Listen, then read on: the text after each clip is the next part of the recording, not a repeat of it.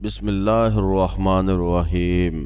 اللہ کے نام سے شروع جو بڑا مہربان اور نہایت رحم کرنے والا ہے۔ ایک دفعہ ایک صحابی نبی کریم صلی اللہ علیہ وآلہ وسلم کے پاس آئے اور کچھ امداد کے طالب ہوئے۔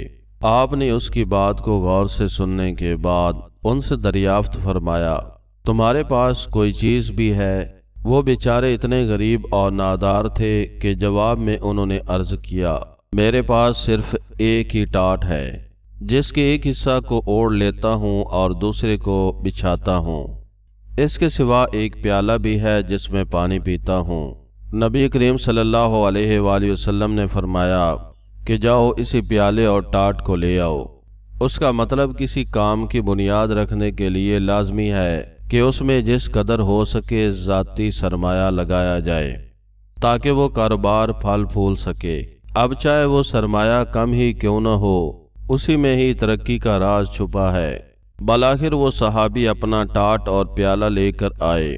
دیکھنے والوں نے دیکھا اور دنیا دنگ رہ گئی کہ نبی کریم صلی اللہ علیہ وآلہ وسلم خود اس پیالہ اور ٹاٹ کو اپنے ہاتھ میں لے کر اس کا نیلام کرنے کھڑے ہو گئے اور پکارنے لگے، من یشتر ہذین، ان دونوں کو کون خریدتا ہے؟ ایک صحابی نے کہا، آنا اخذہما بدرہم، میں لیتا ہوں 1 درہم میں۔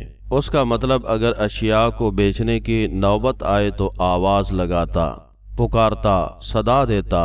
متوجہ کرنا تجارت کا حصہ ہے اور پیغمبر کے اس عمل سے منڈی کی تجارت کا جواز ملتا ہے، اور صحابی کا ان اشیاء کے لیے قیمت پہ راضی ہونا اس بات کی دلیل ہے کہ نیلام ہونے پہ اگر کسی شے کی قیمت آپ کو سمجھ آ رہی ہو تو بغیر چھوئے جیسے ہی جہاں ہے کی بنیاد پہ خریدا جا سکتا ہے۔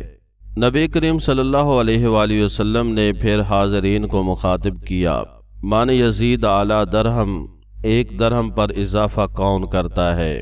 اور لوگوں کو اس طرف متوجہ دلائی۔ بالآخر 2 درہم پر بولی ختم ہو گئی۔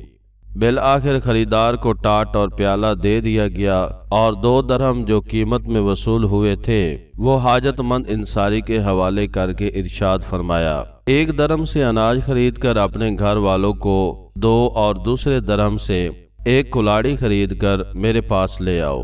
حضرت انس رضی اللہ تعالی عنہ جو اس روایات کے راوی ہیں فرماتے ہیں کہ جس وقت انصاری صحابی نے کلہاڑی لا کر نبی کریم صلی اللہ علیہ وآلہ وسلم کو دی تو آپ صلی اللہ علیہ وآلہ وسلم نے اپنے ہاتھ سے اس میں دستہ ڈالا اور فرمایا، اس کڑالی کے لے جاؤ اور لکڑیاں کاٹ کاٹ کر لاؤ اور اس کو بیچو اور 15 روز کے بعد پھر مجھ سے ملنا۔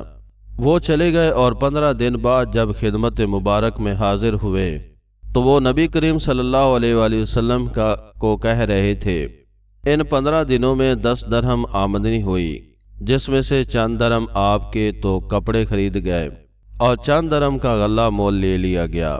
انصاری صحابی کی یہ بات سن کر نبی کریم صلی اللہ علیہ وسلم کا چہرہ مبارک دمک اٹھا اور فرمایا، یہ بہتر ہے اس سے کہ تم قیامت کے روز بھیک کا داغ اپنے چہرے پر لگائے ہوئے ہو۔